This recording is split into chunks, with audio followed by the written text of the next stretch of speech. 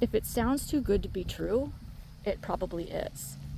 So I kind of want to do a video about like what I think, what my opinion of a good barn is, like how you would find that as a boarder, and like what that would look like, at least for me, what I would be looking for when looking for a barn. So there could be exceptions to this, to what I'm saying. There's some barns that may have these and still be, or may not have these things and still be a good barn. Now, when I consider a good boarding barn, one thing I don't consider is necessarily like how posh it is, I'll say. Like, it doesn't have to be a fancy barn for me to be considered a well-run good barn. There's lots of barns out there that are just average barns, or even just like someone down the street's boarding a horse because they just want to have some horses on their property, and they can run really, really good barns. So that is not one of my criteria, how fancy a barn might or might not be. So what I will say is, like, I'm not going to judge a book by its cover when it comes to barns. There's lots of diamonds in the rough there, but there are things that I do look for when looking for a horse boarding barn. So one of the things I like to see is a price list, ideally online. Ideally they'd be transparent and put it online. But at least when you go to their barn, if they have a price list for their different services and their different board options. You'd be surprised how many barns don't have that. Now, I will say it doesn't mean a barn is a bad barn because they don't have a price list, but they should.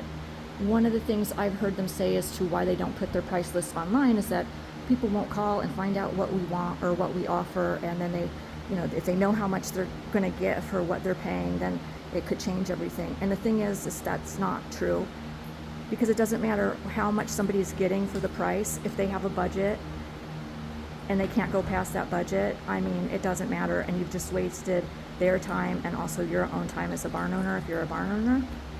So I like to see price lists online just for that reason, so that it saves everybody time, because time is money, and but I do like it, like when you at least show up to the barn, that they have a price list out and made, just so that you are very clear on what all of those costs are, and that they will be distributed equally between clients. Another thing that I like to see in a good barn is rules. I like to see written rules, like literally a paper with rules written out on it, beyond just a contract. Now, again, there's exceptions. There's lots of barns that don't have written rules, but I like to see written rules. And honestly, the more rules on a paper, to me, the more rules written down on paper, the better. And I know that sounds like a pain in the ass, and like people are nitpicking and stuff, but trust me, at the end of the day, that will actually save you a lot of time and hassle to have literally everything spelled out at the barn between both the barn owner and the boarder. There will be no miscommunication. Everything will just be there. So if you see a long rule list, I would actually take that as a good thing, to be totally honest with you. And another thing I like to see is barns that don't have no drama as a rule. The term no drama is so vague, and even if they tell you what that means to them, they might like say that they never said that to you, or they told you something else, or you misunderstood, or whatever. And like in 30 years, I haven't seen a barn like give a definition in writing of what drama actually is. So there are good barns that may say no drama, but it's not a term I like to see in the contract or the rules, because like I said, it is so vague. I prefer rules on paper that specifically focus on actions, intentions, and behavior, not some wording that is extremely vague that could be interpreted many different ways by many different people. Another thing I like to see in barns that I would consider good barns is barns that just look put together. And I don't mean like I said, they don't have to be fancy barns.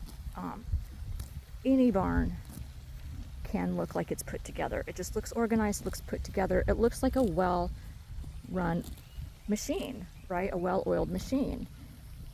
It looks really thought out. It looks like you know, like it would just be easy to do things there because things are just so put together. It's gonna be organized, tidy. Everybody's gonna have their own space for everything. They're gonna have a way to manage their borders like that, and that's, again, whether you're at a fancy place or whether you're just at, you know, your neighbors down the street that decided that they would like to board a horse on their property. Again, I don't care if it's their neighbor down the street. I don't care if it's a big giant barn. I want to see that that barn is run like a business. And oh, he's so cute. I want to see though that a barn is run by like a business, professionally. To me, that is a well-run barn. Something else is, I don't like barns that just promise the moon. Like everything I say they agree with. Oh, we can do that, we can do this, we can do that. But it may not be stated in the rules, or they may not have any rules. And, you know, I've run into barns where they'll promise you the moon and then say they never said that, or whatever. And it's like, you know, to me, there are boundaries at barns, and they'll tell you, again, this goes back to the rules too. They'll tell you what those boundaries are. They won't just say, oh, yes, yes, yes, yes, yes, because that sounds good, but it usually just doesn't end up being good. Another thing I like to see at barns is, when I go, is I like to look around and see, are the horses in shape? And I don't necessarily mean working shape, but I mean, are they thin? Too thin.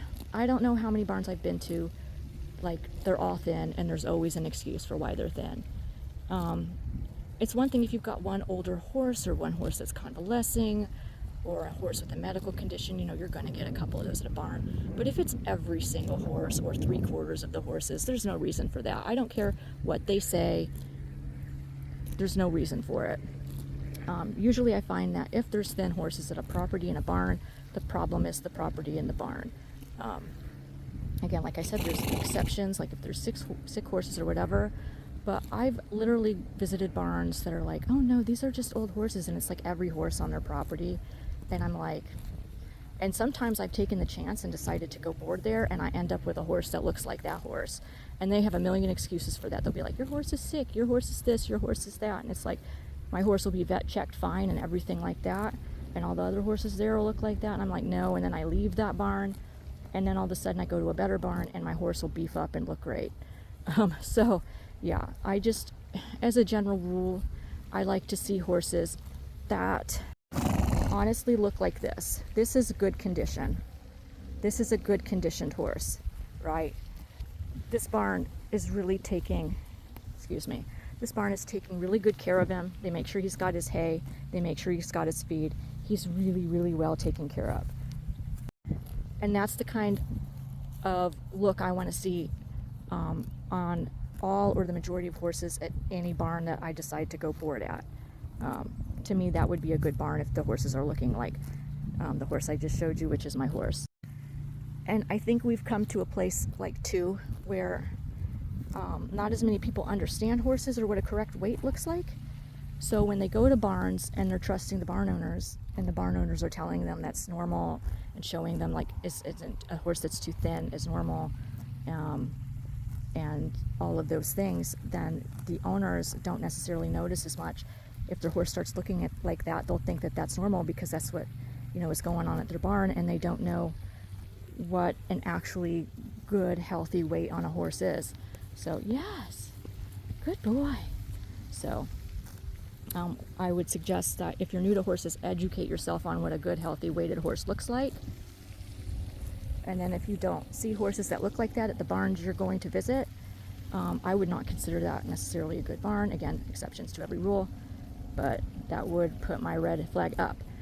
One issue you might find is, like in summer, if there's a lot of grass, you know, you might not notice that the barn doesn't necessarily feed their horses through the winter very well. So maybe their horses look great in the summer, but their horses start looking too thin in the winter time. That's not really something you can protect yourself from. But if you notice that happening, say you're going into fall at this barn and you notice the horse is starting to drop weight and the owners of the barn aren't doing anything about that, I would consider moving the horse to a barn where you see the horses looking better as the fall and the winter are coming on. He's so cute. He's so cute. So there are other things that would make a good barn for me that I would be looking for. but that list could go on and on. So those are just kind of the basic things that I look for. And if you would like me to add to that at a later date or whatever, just let me know in the comments. I would be happy to. Or if you want me to expand on any of the points that I brought up in this video, again, just comment, let me know. I would be happy to try to expand on those for you. And I hope that you find this list helpful. And again, I'll say there are exceptions to every rule. So I take things on an individual basis, but those are things that I do look for when I am looking for a barn for my horse, and whether I think that it would be appropriate and a good barn for my horse.